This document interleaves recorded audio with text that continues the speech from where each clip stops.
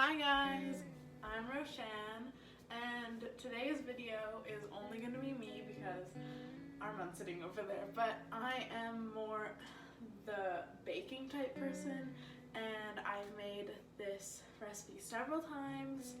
So today we are going to be making bagels from scratch.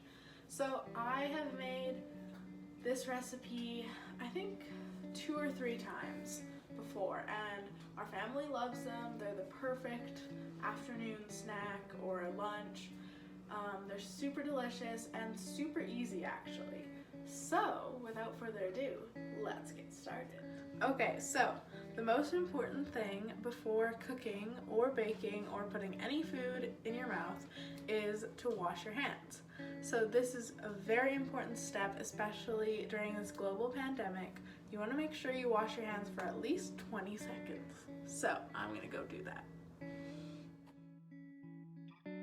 Okay, so what you're gonna need is 1 1/4 cups of water, 3 tablespoons of white sugar, 2 tablespoons of vegetable oil, 1 tablespoon of instant yeast, 4 1/2 cups of flour, and 1 teaspoon of salt, and I already added the salt into the flour.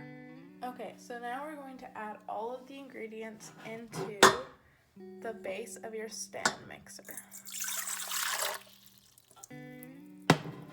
Now we're just going to mix it for about 8 minutes until it forms a ball.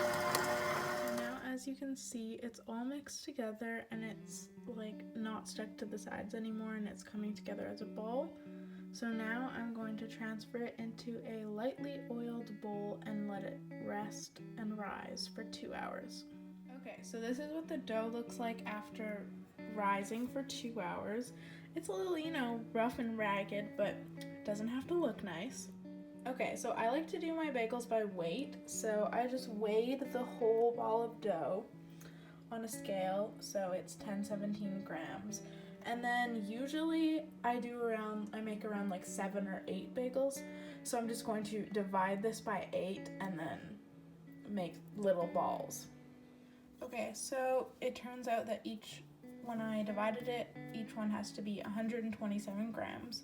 So I just measured out 127 grams and formed it into a ball. Once it's in a ball, I just usually poke my fingers through the middle and then rip it, and then twirl like this, then just sort of shape it. And you can do whatever technique works for you. They just obviously have to look like a bagel.